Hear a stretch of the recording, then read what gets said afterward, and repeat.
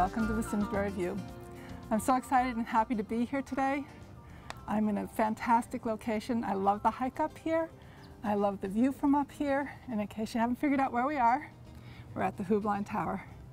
Our guests today are Jay Willerup, who will be joining us in a few minutes, and Catherine Hoyge. And they're both co-presidents of Friends of the HeubleinTower. And so I'm hoping that we're going to get a chance to look inside of the tower, look around at some of the views, find out what the Friends are doing here, what they have accomplished, what they're planning on accomplishing, and what they are in the process of doing. So thank you. Sit back, relax, enjoy the view, enjoy the information, and let's get started.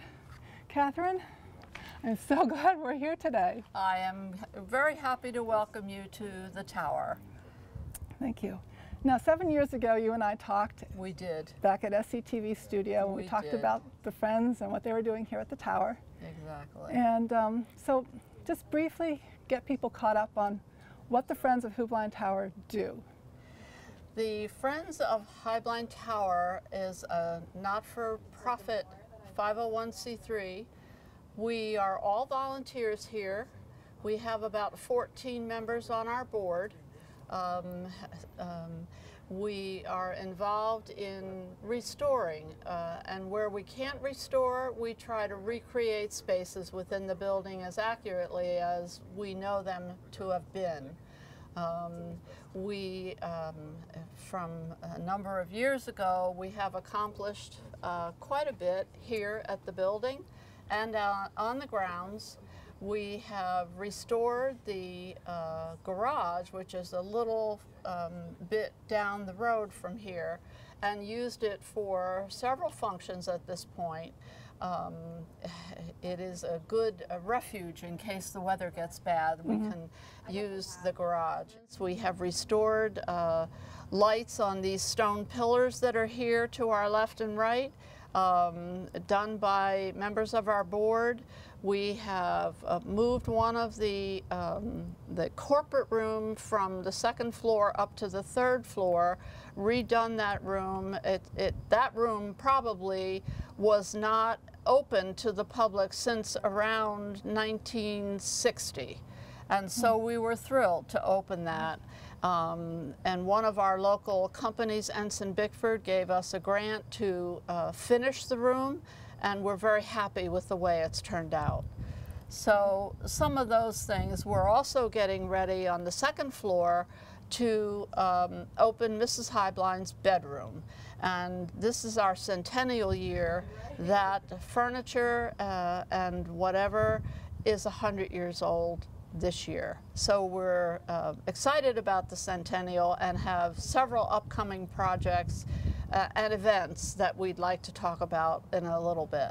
Great, thank you, Catherine. Yep. Well, you've been really busy. Yes, we have. And the reason I was so excited to come up here to do this show actually at HeubleinTower is because last fall I hiked up here and the tower was open. And I walked inside and I had remembered Catherine telling me that, you know, parquet floors were going in and all this stuff was happening. And actually going in and seeing those changes from like 7 years ago when I came up, and it was really just kind of almost depressing to walk through and just see how everything had fallen into disrepair. Right. And to come back 7 years later and see how much progress has been made towards those renovations and improvements just got me so excited. Right. Well, I appreciate the kind words. Well, let's go on to some of the things that are going to be happening for us. I believe they're fundraisers for the tower? They are. We have September 13th, by invitation, we are having a dinner and dance. We'll have a live band. We're putting up a large tent on the croquet court, which is out to our south, with a dance floor and we'll have Dancing Under the Stars at HeubleinTower, and I can just imagine that probably the Heubleins did some of that in their tenure here. Right. So that's by invitation only? That's by invitation. The invitations will be going out, and we hope to get a good response. That will be a fundraiser for us. It will be catered by, it was the Meat House, but it's Avon Prime Meats now, I believe. They've changed their name. And they did a function for us last year, and it was just, the food was just amazing. And we used our big rotisseries here, and it was quite something. We had suckling pigs and what have you, so it was a lot of fun. And so we hope to have that this year again, and it will be accompanied by a silent auction. So that is on the 13th. Then on the 20th and 21st of September, we're having a plein air painting group come up. A lot of painters with their easels will be here all around the grounds, wherever they would like to locate, and they'll be painting. The paintings will ultimately be for sale, and so that will be an event. We've never tried anything like that before, but we think it'll be a lot of fun. Yeah. Local artists, and it's being organized right now, so I don't have a lot more of the details, but that's a new venture for us. And then, of course, the old favorite, our 27th annual year, the Tower Toot and Fall Festival, will be October 18th and 19th here on the grounds. And I think most people watching this broadcast will know about the Tower Toot. It's been uninterrupted for 27 years, so it's a family festival, food and camaraderie. People from Germany and here and there come to join that day, actually 2 days, Saturday and Sunday it is now. And so they're pretty much the festivities for the year. So we're very excited that this will be our centennial and that we will have some very special events for people to enjoy. Great. Now the Tower Toot, I have to admit that I've seen the signs. Yes. But I never did know exactly what it was and how to participate in that. So is that something where you walk up the mountain? You hike up the mountain, and we have food for sale. We have German food, bratwurst and sauerkraut, and usually it's been a very nice day. We've been very fortunate with weather, and we're hoping for the same this year again. And it's we usually have several thousand people up here, dogs and children and carriages and all sorts of things. Right. And so it's a great day, all kinds of food for sale, and German music. We have the Scharmüzi group, and they're in their lederhosen, and they join the crowd and sing with the folks, and it's quite an interactive day. Yeah. Everybody sort of lets their hair down and just relaxes and sits on the ground and sits on the stone walls and enjoys the music, and it's a very special day. Yeah. And as I say, it's our 27th year doing this, so it's by now we know what we're doing. Right, right. So what's parking like? Because I know that area where you park isn't really that large. Are there shuttle buses or anything coming in? Parking is an issue, and we're aware of that. We have state staff down there directing traffic, and so it is doable, although caution is recommended for children who might dart out across the road or what have you. Right. So we do recommend that you proceed cautiously, but then hiking up the mountain, and you'll hear the music long before you get here. So it's a very fun day. So. All right. Well, my advice is carpool as much as possible. Yes, indeed. Yes, indeed. Good advice. Good advice. Hi, Jay. Should we take a break? Okay. Lead away. Oh, we're entering the tower. This is so beautiful. Yeah. So where are we right now? We're in what was the family's foyer. This room was paneled in oak. From floor to ceiling, with some very intricately carved beams in the ceiling. There was a baby grand piano in here. The entrance to the elevator, which is long gone, was from this room, as you see it, the floor is original. The terracotta tiles were here, and now they're 100 years old. So fantastic. There was also right over here, there was a fireplace that went into one central chimney, and each floor above us had its own fireplace. Wow. And so that was removed when the state did some renovations. Okay. This is the original living room.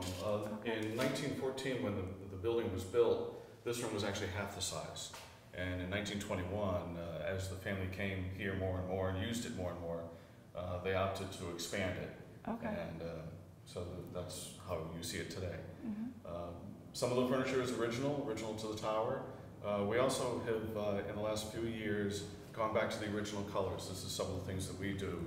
You know, we research the color, send samples away to have them analyzed, and we get back the original corresponding paint color.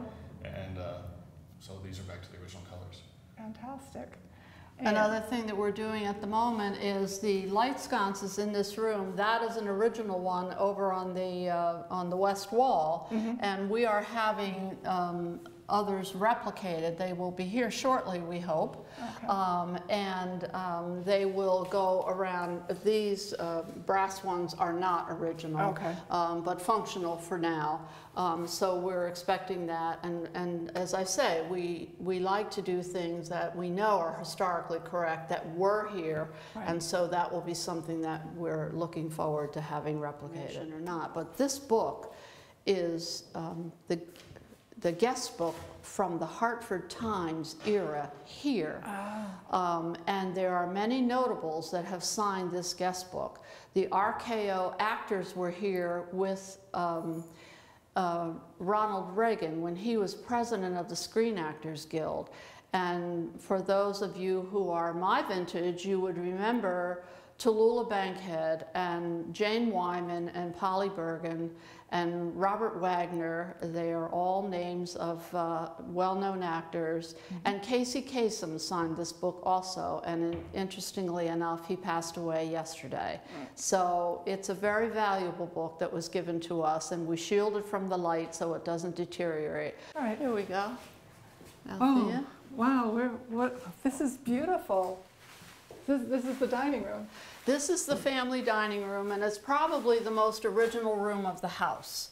The furniture was here when the family was in residence, and we were able to purchase it, to backtrack a little bit. When we first started, this room was empty. There were no accoutrements in the room at all. The light sconces were all missing. It was a pretty grim place. The floors were scratched and soiled, and we began to piece it together. We knew where the furniture was in private hands. We bought it back, and all these pieces are original. Wow. The light sconces that were missing, we had a whole series of trying to replicate them, and finally Cher Hertzler from Mystic River Foundry redid them for us. They are absolutely authentic, and even when we went to screw them into the wall, the screw holes lined up. So they are authentic, I can tell you. And Jay, do you want to talk some more about it? Yeah, this is, as Catherine said, the most authentic room. But this is not part of the original tower. The original tower was to my back, and that's where that stopped in 1914. And this was added on in 1921. So again, the family came up here and started using it more and more, entertaining more and more, and thus the expansion of dining facilities, kitchen, maid's quarters, and the like. It's interesting to note that Gilbert would sit here at the head of the table with his back to the fireplace and could look out through a passageway, out through the foyer, and out through the front door. We've the configuration of the building has changed now, but we've replicated that in a trompe-l'oeil so people can understand how the room was meant to be. Fantastic. Well, it's beautiful. You did a great job. Thank you. The other interesting piece in this room, if you can get a shot of it, is the plaque that hangs above the fireplace, and that was here when the family was in residence. It's a Della Robbia picturing the Madonna of the Chair and St. John the Baptist. So that is what the family had when they were here. This is where The windows in here were falling out, and the state funded new windows here. Jay, you might want to tell the story about. Sure. Originally on the drawings they said that they were openings and this was a sleeping porch. And subsequent drawings of 1921 showed them in a door and window configuration. During one of the earlier restorations, they were changed to the round top window, the side lights, and a double hung window. And that's what was going to be replaced, but then as I did research into the original drawings and into photographs tell all, it was actually this configuration when the Heublein's were here, so that's what we went back to and put the railings back out. And this room was, I don't recall the color, but the floor was chrome green, and it was not even close to being authentic. And again, here we went back and scraped, sent samples out to find the original colors, and that's what you see today. These colors were here 100 years ago. Isn't that amazing? Wow, that's amazing. And the wicker furniture, we're not sure that these pieces were actually here, but you will see pictures of the ballroom with a lot of wicker furniture, and a lot of it was up there. But we thought it was quite appropriate for here. Come on through. This is Gilbert Heublein's bedroom, and this is the window that you saw from the outside. And the window, I was telling Ken that the windows were leaking terribly, and the walls were all spalled out underneath, and it was just a big mess. And these windows get pounded when there's a storm. And so we had a restoration company redo all the leaded glass, refit the windows, and there is a piece of plexiglass on the outside. So now they are protected from the elements. So now no more leaking, no more walls cracking and paint chipping off and what have you. They've been restored as they were originally, so we're very happy. That was a big project for us. Right. Yeah, that was a big one and took quite a long time. But the rest of the things in this room, the train case is original. It was Gilbert Heublein's train case, and it has his monogram on it. They were his golf clubs. I think the clubs are a niblick, a mashie, and I forget what the third one is supposed to be. Funny names. The closets are all original. I say he must have had a lot of clothes because it's wall-to-wall closets. Yeah. So. But it was summertime, they had to change frequently. Well, there you go. And just for your own information, originally the door that is here in the hallway would be open. It was an opening, and you could see right through out the windows in Mrs. Heublein's bedroom to the sunset. So wow. He could lay in bed and look out and see. And apparently when he was elderly and ill, they said he spent a lot of time in that area in a chair, and if you want to go and look at the view from there, it's very spectacular. And the bathroom is original, the fixtures are original, the tile on the floor and the bathtub and the sink and all those things are original to this bathroom. This room was just finished. Like 2 weeks ago. Yep, just about. Ensign Bickford gave us a grant to finish this room, and we're going to have still a little work done. The crown molding we're going to have done with a faux oak finish. Okay. Because these are some of the Heublin Corporation really started as a restaurant and then a hotel, and there was a rathskeller, and they really kind of catered to the German population. But one of the things that also brought them some fame is the A1 steak sauce. Oh, my husband still eats that. We like to hear that. it's said that A1 got through Prohibition when there was no liquor being sold, supposedly. A1 kept them afloat, if you will. So. And then one of the other favorite drinks in the 30s was the Moscow Mule, served in a copper cup. And this bust is a bust of John G. Martin, who was Gilbert Heublein's grandson. And he was an Englishman. And he came over from England and took charge of the company and really purchased the rights to Smirnoff vodka. And so I'm sure you know the rest is history.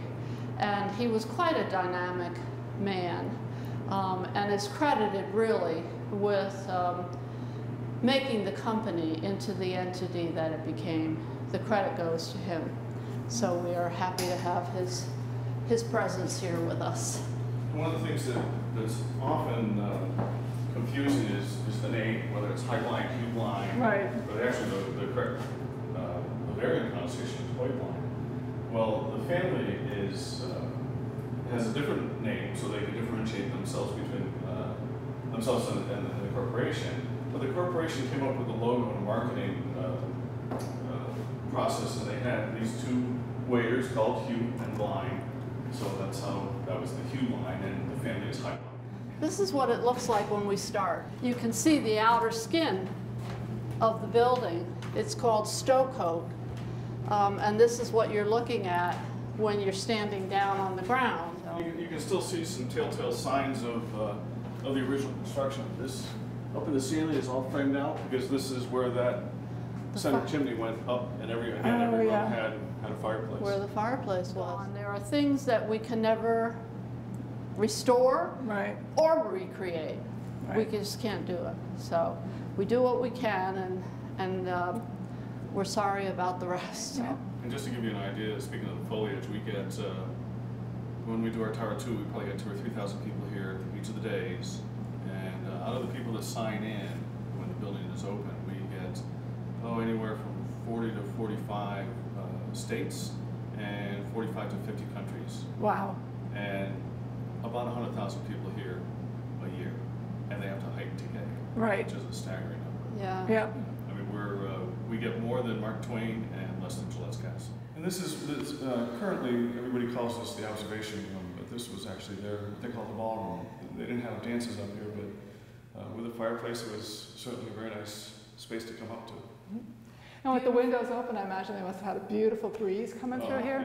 Yeah, and there was just one stairway coming up, so you had more floor room. And then they had a bearskin rug on the floor, many chairs, wicker chairs, and tables around. The whole place was filled with furniture.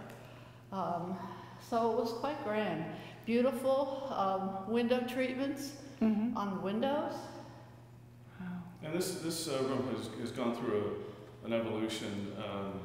In the Hartford Times era, the oak walls were painted, which was very traditional of that era. And maybe 7 or 8 years ago, we had them stripped, brought them back to their original finish. And then one of the big projects we took on was the floor. We didn't think that this was the original style, but couldn't confirm it. And there was a vinyl asbestos floor, and we worked with the state, and they proceeded to remove the vinyl asbestos, and then we found the actual nailing pattern. So we knew that this was the original style of floor. Wow. Yep, this is what I fell in love with when I came back last year. I was like, oh, they did it, they made it beautiful. Yes, we did. And then the vistas are just incredible. Vistas are remarkable. I mean, you come here on any day, and it's different, and we're up here all the time, and I think my wife is thinking of moving in. But you can look out Mohawk Mountain out to New York, Mount Tom, or out to the west, Mount Tom up to the north, up in Massachusetts, way out towards Coventry, that area, and then almost all the way down to the Sound. We can see Sleeping Giant State Park. There's Sleeping Giant right there, And of course Hartford, Springfield. Yeah. Bradley International, you can see the planes coming in and landing up at Bradley. Oh, it's pretty cool. And when you go back outside and you look at this building, and you think you're at the top, and you kind of are, but it's a whole other 2.5 stories to the very, very top. Yeah. Jay's been up there, I haven't. It's there's a beacon that needs to be changed again. Oh wow! But It's just, I mean, it's as wonderful as this view is, that is too. Yeah. It's just spectacular. Great place to watch fireworks on the 4th of July. Yeah. You can see them in every town all the way around. You see the hinges here. Yeah, they kept wine and binoculars and just things in these little corner cubbies, as I call them. There were 8 in help here. So you weren't coming up and down the stairs with the glasses yourself. And you didn't. One stair, because the elevator stopped at the floor below. Yes. And the elevator was at the 5th floor. The family actually had it much easier than the visitors. Exactly. And there's a buzzer in the living room that would call the staff. The staff was not to be in the front part of the house unless they were summoned.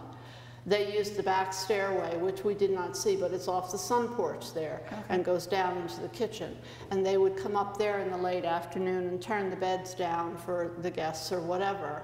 But they were not to be seen in the front part of the house unless you wanted something and you rang the buzzer. And Jay and I ring the buzzer all the time, and nobody brings us any cocktails or tea or anything. So it's interesting to note that even though the servants were kind of welcome in the front part of the house, the family, the Heublein family, was very good to the staff. Absolutely. To the point where I think, Catherine, you know the story. Well, there was an upstairs maid, and she was at their home in West Hartford on Prospect Street, and then came here in the summer. And she was an orphan woman, and she was to be married. And Mrs. Heublein and Mr. Heublein called for her intended to come to meet them because they wanted to make sure that he was good enough for their Lydia. Aww. And I guess he was, because they did marry. But aid and help was pretty nice. They had upstairs maids and downstairs maids. They had a cook and a chauffeur. They had the caretakers who lived in the 2nd story of the garage, which is now just one story. One story. So there were 8 here to help with whatever you wanted done. So it was pretty nice living, I think, which is an indication that that's the end of the Victorian era. That's how people lived. In conclusion, I would like to ask anyone who has a story to tell or a photograph of any part of the family. We'd love to have it, and we can be contacted through the website, calling the tower, calling the state. There are many ways to contact Jay and I, and we'd love to hear stories. We'll tape them for our archives. It would be a great thing. So. And to expand on Catherine, I think not only do we want things about the family, but the corporation and also the Hartford Times. Absolutely. Anything to do with the building. There was so much that the Heubleins did with Harvard School of Nursing, many things. So we're kind of trying to be a collection of all things tower related. Okay. Well, I want to thank Catherine and Jay for having us come to the tower and doing such a fantastic job of restoring it, and not only restoring it, but allowing us in here to see it in all its glory, current glory. I know it's going to get better, because I got 2 experts working on it. We'll do it. Thank you for the kind words, and we're ready to welcome you with open arms anytime. So come and see us again on the mountain. Okay. Thank you. And to all of you people out there in television land that are watching, if you can make it up the mountain, please come visit. It's incredibly beautiful. It's a wonderful place to visit. Summer, spring, winter. I've even hiked up here in the winter. Tower's not open, but it's a nice hike. And the autumn, of course, is the season. So if you get a chance, come on up. If you can't make it, I hope that this program has given you a little bit of a view of what it looks like in here. Kind of makes your heart beat a little faster if you've ever been here in the past. So thank you for watching the Simsbury View. I'm Althea Graney. I want to thank Ken, our cameraman, for doing a great job. So I want to thank everybody for watching, and if you have a chance, donate either to HeubleinTower or to Simsbury Community Television so we can continue doing programs like this for you to watch in the comfort of your homes. Thank you and have a great day.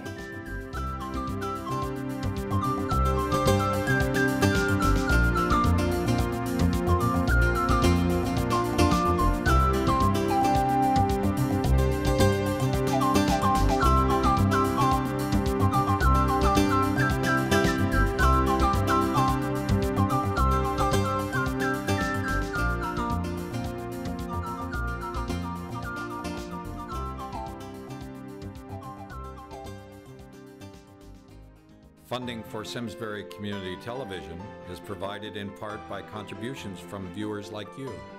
Thank you.